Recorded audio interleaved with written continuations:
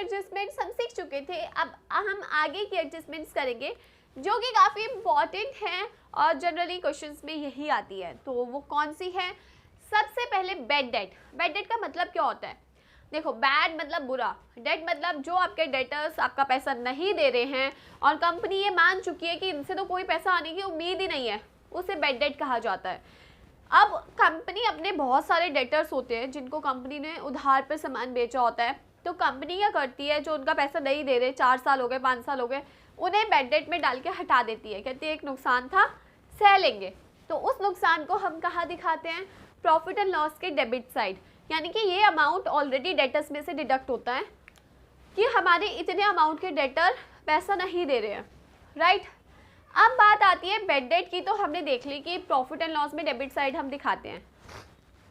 Further bad debt, further bad debt मतलब क्या होता है? ये वो बैड डेट होते हैं जो आपने ट्रायल बैलेंस में नहीं दिखा रखे, ये आपको एडजस्टमेंट में नजर आते हैं। बैड डेट अमाउंटेड टू ₹1000, 2000, जिनको हम फर्दर बैड डेट के नाम से जानते हैं।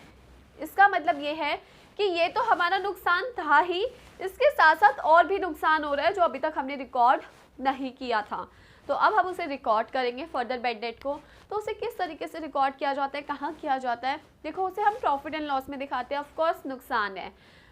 अब कैसे दिखाते हैं? जैसे सपोज करो आपका बैड डेट था 1000 का, ठीक है, और फर्दर बैड डेट था 500 का, तो आप इसे प्रॉफिट एंड लॉस अकाउंट में कैसे दिखाओगे? प्रॉफिट एंड लॉस अकाउंट में आप इसे दिखाओगे बैड डेट 1000 और ऐड करोगे फर्दर बैड डेट 500, तो आपका जो टोटल नुकसान आएगा वो आएगा 1500 रुपये।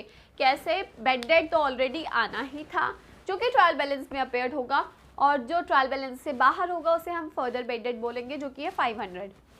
अब इस 500 को हमने यहाँ प्लस किया, बैलेंस शीट में डेटर में से लेस करेंगे इस 500 को, यानी कि अगर मेरे डेटर 10,000 के थे तो 500 रुपये के और बंदे हैं जो पैसा नहीं दे रहे हैं, तो अब मेरे डेटर जो रह जाएंगे वो 9,500 के रह जाएंगे। तो इस तरीके से हम फर्दर बैड डेट का ट्रीटमेंट करते हैं, राइट। इसके बाद आता है provision for doubtful debt. Provision for doubtful debt का मतलब क्या है? इसका मतलब यह है कि कंपनी पहले से प्रिपेयर रहती है कि कुछ लोग तो पैसा देंगे ही नहीं। मतलब जब कंपनी इतनी बड़ी बड़ी सेल करती है, इतने लार्ज अमाउंट की सेल करती है, तो वो एक्सपेक्टेड होता है कि कुछ लोगों का पैसा मर जाएगा, आएगा नहीं। तो उसके लिए कंपनी पहले से जो प्रिकॉशंस लेके चलती है वो होता है प्रोविजन। कंपनी पहले से सोच के चलती है कि इतना पैसा नहीं आने वाला, ठीक है। अब इसका ट्रीटमेंट कैसे होता है? ये भी प्रॉफिट एंड लॉस में आता है, बैलेंस शीट में डेटर में से लेस होता है।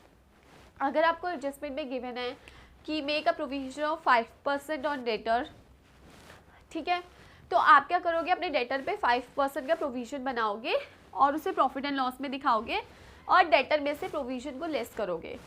लेकिन प्रोविजन का जो भी ट्रीटमेंट किया जाता है वो डेटर में से फर्दर बैड डेट लेस करने के बाद किया जाता है।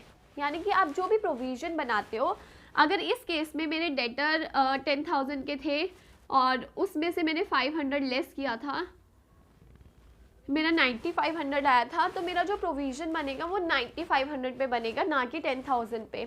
ऐसा क्यों? क्योंकि हमें पता है कि 500 रुपये तो आने नहीं है। हम प्रोविज़न किसका बनाते हैं? जिन डेटर्स का हमें लगता है कि वो पैसा नहीं देंगे। अब 500 ने तो दिया ही नहीं है, तो हम उन पे तो बना ही नहीं सकते हैं, क्योंकि उन्होंने तो ऑलरेडी पैसा नहीं दिया, तो अब वो क्या देंगे। तो प्रोविज़न हमेशा गुड डेटर्स पे बनते हैं, जिनसे हमें उम्मीद होती है आ सकता है, लेकिन उनमें से कई लोग हैं जो नहीं देंगे। तो अगर हमारे डेटर्स जो फर्दर बैड डेट लेस करने के बाद आता है, उस पर न्यू प्रोविज़न बनाया जाता है। तो अब इस केस में अगर हमें न्यू प्रोविज़न 10% बनाना हो तो 9,500 का 10% 950 का बनेगा, जो कि प्रॉफिट एंड लॉस में नज़र आएगा। एंड 950 ही आपके डेटर में से, जो कि आपका एक सीक्वेंस होता है इस केस में, जिसको आपको बहुत समझना है। आप सबसे पहले डेटर का ट्रीटमेंट करते हो बैलेंस शीट में, उसमें से आप लेस करते हो फर्दर बैड डेट। जैसे 10,000 के डेटर थे और आपके 500 के फर्दर बैड डेट थे, अब आपके डेटर बचे 9,500 के, लेस आप करोगे जो भी आपने न्यू प्रोविज़न बनाया है फॉर डाउटफुल डेट, जो कि आपका बनेगा ऑफकोर्स अच्छे डेटर्स पे, जो कि 9,500 का 10% 950 होगा, ठीक है। तो रिमेनिंग जो होगा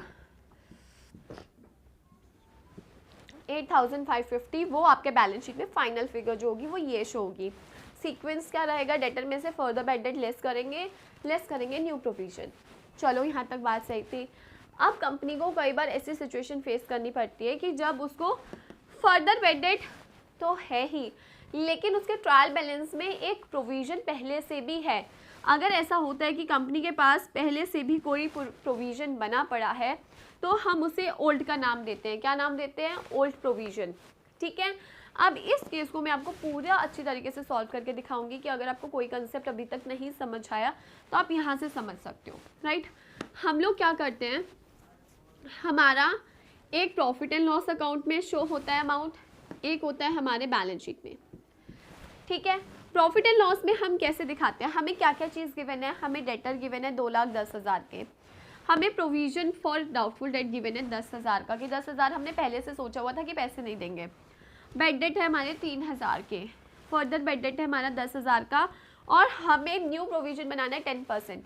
अब देखो, आप प्रॉफिट एंड लॉस में सबसे पहले बेड डेट दिखाते हो जो कि है 3,000, इसमें आप ऐड करते हो क्या, फर्दर बेड डेट जो कि है आपका फर्दर बेड डेट 10,000। ये सीक्वेंस है, इसे थोड़ा सा याद करिए, बेड डेट फिर फर्दर बेड डेट, टोटल आपके डेट्स हो गए 13,000 का नुकसान। अब कंपनी ने आपको बोला प्रोविजन बनाने को, ठीक है, अब हम न्यू प्रोविजन ऐड करेंगे। न्यू प्रोविजन कितने पर बनेगा, देखो हमारा सबसे पहले बैलेंस शीट में हमारे डेटर्स आएंगे 2,10,000 के, जिसमें से लेस होते हैं सिर्फ फर्दर बेड डेट, क्योंकि बेड डेट तो ऑलरेडी लेस है। ठीक है, हम क्या लेस करेंगे, सिर्फ फर्दर है 10,000। तो यानी कि हमारे अच्छे डेटर कितने हैं, सिर्फ 2,10,000 में से 3,000 ऑलरेडी माइनस है, तभी वो ट्रायल बैलेंस में आ रहा है। माइनस क्या नहीं है, माइनस फर्दर बेड नहीं है, हमने उसे लेस किया। हमने कहा हमारे जो अच्छे डेटर है, जो पैसा देने की उम्मीद हम रखते हैं, वो 2 लाख है। कंपनी कहती है इस उम्मीद पर भी आप ये लगाओ कि प्रोविजन बनाओ कि 10% लोग हमें पैसा नहीं देंगे। हमने कहा ठीक है, तो 2 लाख का 10% हमारा न्यू प्रोविजन होगा जो कि 20,000 होगा। तो इस केस में जो फाइनल फिगर बाहर आएगी वो आएगी 1,80,000। कितनी आएगी, 1,80,000। कंपनी को लगता था 2 लाख आ सकते हैं, लेकिन कंपनी फिर भी प्रिकॉशंस लेके चल रही थी, तो प्रोविजन बना रही थी, तो कंपनी ने 10% उसका प्रोविजन बनाया। तो आपने सीक्वेंस समझना है, डेटर में से सिर्फ फर्दर बेड डेट लेस होते हैं, क्योंकि ये वाले बेड डेट ऑलरेडी लेस होते हैं, मतलब पहले ही कर चुके होते हैं, तभी वो ट्रायल बैलेंस में उसका लेजर बना है। फर्दर बेड डेट लेस करके उस अमाउंट पे हम न्यू प्रोविजन बनाते हैं। प्रॉफिट एंड लॉस में हम क्या करते हैं, न्यू प्रोविजन को हम ऐड करते हैं। न्यू प्रोविजन हमने बनाया 20,000 का, और ओल्ड प्रोविजन को हम लेस कर देते हैं। तो इसका नेट फिगर कितना आएगा, अगर मैं 20,000 प्लस कर रही हूँ 10,000 माइनस, तो 10,000, 10 प्लस 13, 23,000 हमारा प्रॉफिट एंड लॉस में फाइनल फिगर शो होगी। इसका मतलब ये है 20,000 का हमें प्रोविजन बनाना है, 10,000 का पहले से बना पड़ा है, तो एक्स्ट्रा कितना बनाना है, सिर्फ 10,000। तो अगर मैं 13 में 10 प्लस करूँ तो कितना आएगा, 23। तो वही वो फिगर है, न्यू प्रोविजन बनाना है, ओल्ड प्रोविजन लेस करना है। क्यों, क्योंकि हमें ओल्ड प्रोविजन जितना अमाउंट ऑलरेडी बना पड़ा है। समझ आया। एक्चुअल में ये इतनी ईजी नहीं है, आप लोगों के लिए काफ़ी न्यू एडजस्टमेंट है, तो थोड़ा सा टाइम लगेगा। इसको समझने के बाद आप एक एग्जाम्पल ज़रूर देखना, उसको ट्राई करना, हर एक चीज़ को समझना, ठीक है। कई बार एक ऐसा क्वेश्चन भी आता है जब आपका ओल्ड प्रोविजन ही ना 40,000 गिवन हो और न्यू बन रहा है 20,000, इस केस में क्या करेंगे। अब अगर मैं इसको प्लस भी कर दूँ तो ये होता है 33, 13,000 प्लस 20,000 कितना हुआ, 33, और ये आ रहा है 40, 33 में से 40 गए, माइनस का 7,000। तो इस केस में हम क्या करेंगे, आपको ये वर्किंग नोट में पहले करके देखो। अगर आपका माइनस में आंसर आ रहा है तो आप इस चीज़ को प्रॉफिट एंड लॉस के क्रेडिट साइड दिखाओगे। किस साइड दिखाओगे, क्रेडिट साइड। क्रेडिट साइड दिखाने का क्या मतलब रहेगा कि आपको पहले उम्मीद थी कि 40,000 लोगों से पैसा नहीं आया, अब आपको लगता है कि सिर्फ 20,000 से नहीं आया, तो आपको यहाँ 20,000 का क्या हो रहा है, बेनिफिट हो रहा है। तो इसका ट्रीटमेंट क्या रहता है, आप ये 40,000 कैसे करोगे, आप प्रॉफिट एंड लॉस के क्रेडिट साइड पे जो प्रोविज़न आपका ओल्ड प्रोविज़न है वो 40,000 दिखाओगे और उसमें से लेस करोगे न्यू, मतलब इसमें से ये भी चीज़ लेस कर देना और ये भी चीज़, तो जो नेट फिगर आपकी 7000 आ जाएगी। कैसे आएगी? 40 में से 20 गया और 13 जाएगा, यानी कि जो चीज़ आपने यहाँ प्लस करी थी वही माइनस हो जाएगा। किस केस में? जब आपका ओल्ड प्रोविजन का अमाउंट ज़्यादा रखा होगा, राइट। अब इससे आगे बढ़ते हैं। एक एडजस्टमेंट है जो बैड डेट से रिलेटेड है, provision for discount on debtor. अब ये कहते हैं कि ठीक है, आपने डाउटफुल डेट के लिए प्रोविजन बना लिया, अब उनके लिए भी तो बनाओ जो डेटर्स हमसे डिस्काउंट मांगने आ जाते हैं कि भाई हम 1000 की जगह 500 देंगे, 500 की जगह 200 देंगे। तो ऐसे डेटर्स के लिए क्या करेंगे? ऐसे डेटर्स के लिए बच्चे ट्रीटमेंट सेम रहता है जो आपने प्रोविजन का पढ़ा। आपके पास न्यू प्रोविजन आप ऐड करते हो, ओल्ड प्रोविजन आप लेस करते हो। कहाँ से? जो भी आपका उसमें प्रॉफिट एंड लॉस में अमाउंट शो होता है, उसमें से आप क्या करते हो? न्यू प्रोविजन ऐड करोगे, ओल्ड प्रोविजन लेस करोगे, राइट। जो ट्रीटमेंट हमने ये वाला सीखा था, राइट, ऑलरेडी लिखा है। बस आपका डाउटफुल डेट की जगह एक और चीज़ आ गई, that is discount on debtor. और इसको बैलेंस शीट में कैसे दिखाया जाएगा? ये अमाउंट अभी 1,80,000 आया था, इसमें से आप जो भी प्रोविजन बना रहे हो डिस्काउंट का वो लेस कर दोगे कि अभी हमें लगता है हम 2000 का डिस्काउंट और देना पड़ जाएगा। तो अब हमारे डेटर कितने के रहे? 1,78,000 के, क्योंकि हमें लगता है 2000 का डिस्काउंट और देना पड़ सकता है। तो ये ट्रीटमेंट रहता है हमारा डिस्काउंट के केस में। आई होप आप लोगों को समझ आया होगा। अब करते हैं आगे की ट्रीटमेंट्स। तो अब हम करते हैं आगे की एडजस्टमेंट। आगे की एडजस्टमेंट में मैनेजर कमीशन, मैनेजर को कमीशन देना है। जब भी मैनेजर को कमीशन दिया जाता है तो वो नेट प्रॉफिट पे दिया जाता है, जो कि क्वेश्चन में आपको मेंशन होगा। उस केस में आपको क्या देखना है? बिफोर चार्जिंग या आफ्टर चार्जिंग देखना है। अब इसका मतलब क्या होता है? बिफोर चार्जिंग मतलब जो भी आपका नेट प्रॉफिट निकला है, और अगर आप कमीशन 10% दे रहे हो तो आपको नेट प्रॉफिट का 10% फाइंड आउट करना है और इसे प्रॉफिट एंड लॉस अकाउंट में दिखाना है। और बैलेंस शीट में लायबिलिटी साइड दिखाना है कि मैनेजर कमीशन अभी पे करना है, पेबल है, राइट।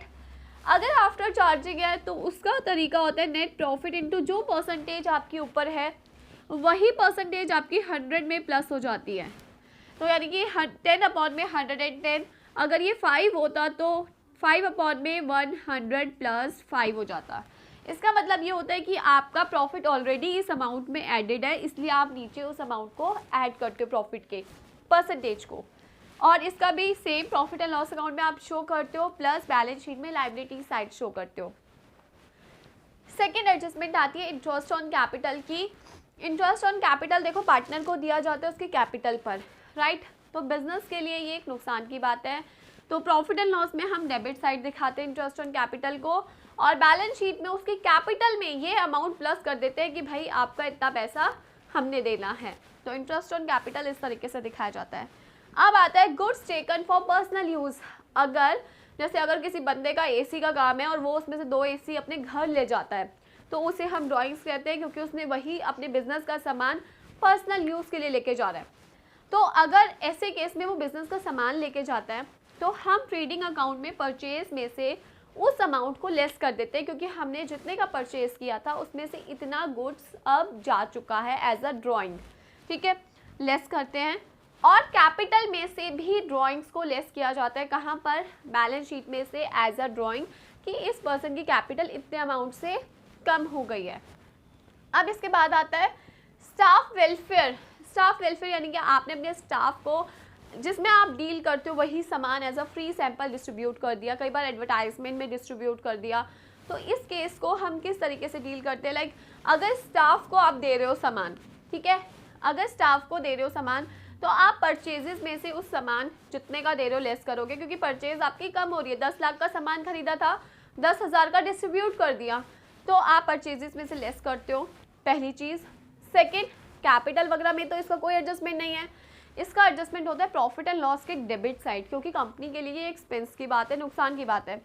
तो प्रॉफिट एंड लॉस में वो डेबिट साइड दिखाते हैं विद टैक्स, क्योंकि जब आपने परचेज किया होगा तो टैक्स पे किया होगा उस पर, तो अब उसे आप टैक्स के साथ दिखाते हो, और इसमें बिना टैक्स के दिखाते हो, यानी कि जितने की परचेज थी बिना टैक्स के वो लेस किया जाता है, राइट।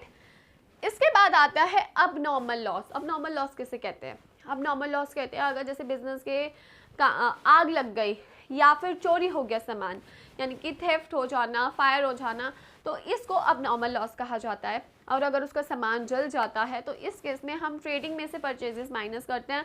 अभी तक आप देखोगे कि जितने में सामान बिजनेस का स्टॉक जा रहा है, निकल रहा है, यहाँ पे भी कम हो रहा है नुकसान की वजह से ही सही, तो हम तीनों ही केसेस में हमने परचेजेस में से उसे क्या किया है, माइनस किया है। अब इसके बाद आता है उसका बैलेंस शीट में क्या ट्रीटमेंट होता है या प्रॉफिट एंड लॉस अकाउंट में। तो इसको एक केस के थ्रू समझाती हूँ मैं। लाइक सपोज करो अब नॉर्मल लॉस हुआ हमें 10,000 का, ठीक है। अब 10,000 का लॉस हम ट्रेडिंग अकाउंट में तो दिखाई दे कि हमारा परचेज में से लेस हो जाएगा 10,000, राइट। अब बात आती है उसके इंश्योरेंस की। इंश्योरेंस की किसकी? इंश्योरेंस की। अगर आपका 10,000 का सामान 10,000 का ही क्लेम मिल जाता है आपको कंपनी से, इंश्योरेंस क्लेम कहती है ओके हम आपको 10,000 रुपये देंगे, तो इस केस में आपको 10,000 रुपये क्लेम मिलने वाला है। तो आप इस अमाउंट को बैलेंस शीट में दिखाते हो एसेट साइड। क्या लिखते हो? इंश्योरेंस क्लेम, जो भी आपका सामान चला था उसका क्लेम आ गया, वो एसेट बन गया कि बाद में उसके अगेंस्ट आपके पास क्या आ जाएगा, पैसा। कितना? 10,000। अब अगर कई बार ऐसा होता है कि कंपनी कहती है हम तो आपको कुछ नहीं देंगे, तो कंपनी कौन सी? क्लेम वाली कंपनी, इंश्योरेंस कंपनी कह रही कुछ नहीं देंगे। कुछ नहीं देने पे हमारा क्लेम कितना है? 0। तो पूरा जो ये 10,000 का नुकसान हम अपने प्रॉफिट एंड लॉस अकाउंट में दिखा देंगे, ठीक है। टू लॉस बाय फायर, या फिर अगर थेफ्ट है तो थेफ्ट दिखा देंगे, तो हम पूरा का पूरा प्रॉफिट एंड लॉस अकाउंट में दिखाएंगे। अगर कंपनी ये कहती है कि हम आपको क्लेम देंगे 5,000 का, तो जो 5,000 का क्लेम मिलेगा 5,000 बैलेंस शीट में आ जाएगा, और बाकी का 10 में से 5 गया, 5,000 हमारे प्रॉफिट एंड लॉस में आएगा। इसको अगर मैं सिंपली समझाऊं, अगर आपको क्लेम मिल रहा है बैलेंस शीट में दिखाओ, इट मीन्स आपका नुकसान हुआ था वो आपको अब मिल रहा है, तो P&L में कुछ नहीं आएगा। लेकिन अगर ऐसा होता है कि हमारा नुकसान ज़्यादा है और क्लेम कम का आ रहा है, तो क्लेम तो बैलेंस शीट में आएगा, तो जो डिफरेंस है जितने का एक्चुअल में कंपनी को बियर करना है वो कंपनी प्रॉफिट एंड लॉस में दिखाती है। इस केस में कंपनी पूरा का पूरा 10,000 बियर करेगी, क्योंकि इंश्योरेंस कंपनी ने 0 रुपये देने हैं, तो पूरा प्रॉफिट एंड लॉस में दिखाएगी। इस केस में इंश्योरेंस कंपनी कह रही 5,000 देंगे, हमने कहा ठीक है 5,000 तो मिल रहे हैं, वो बैलेंस शीट में आ जाएंगे, और 5,000 जो कंपनी को भुगतना पड़ रहा है वो प्रॉफिट एंड लॉस में आएगा। तो ये सारी एडजस्टमेंट्स थी। किसकी एडजस्टमेंट? फाइनल अकाउंट की। आई होप आप लोगों को समझ आई होगी। अगर समझ आई है तो इस वीडियो को लाइक शेयर कमेंट ज़रूर करें, और अपने डाउट्स आप मेरे से इंस्टाग्राम या यूट्यूब पर पूछ सकते हैं। Thank you.